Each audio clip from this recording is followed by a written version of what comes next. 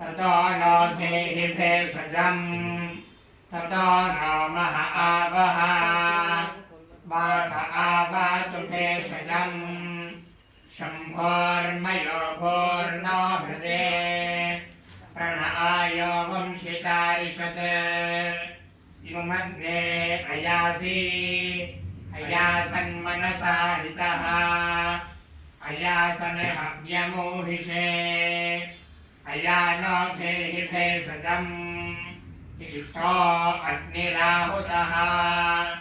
स्वाहा कृतः पिपर्तुनः स्वगा देवेभ्य इदन्नमः कामो भूतस्य भव्यस्य सम्राटे को विराजति स इदं प्रतिपप्रथे ऋतो नुत्सृजते वशी कामस्तदग्रे समवर्तताधि मनसो रेतः प्रथमै यदासीत्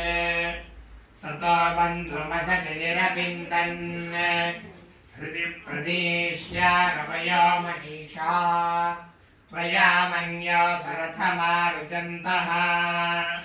हर्षमाणासो धृषतामरुत्वः दिग्मेषव आयुधा सकुंशिशानाः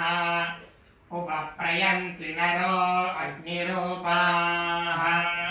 मन्यर्भगो मन्यरेवासदेवः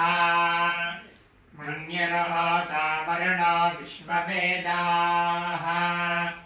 मन्यं विष एळते देवयन्तीः पाहि नो मन्यो तपसा श्रमेण त्वमग्ने व्रतभृच्छुजिः देवागुम् आसादया इह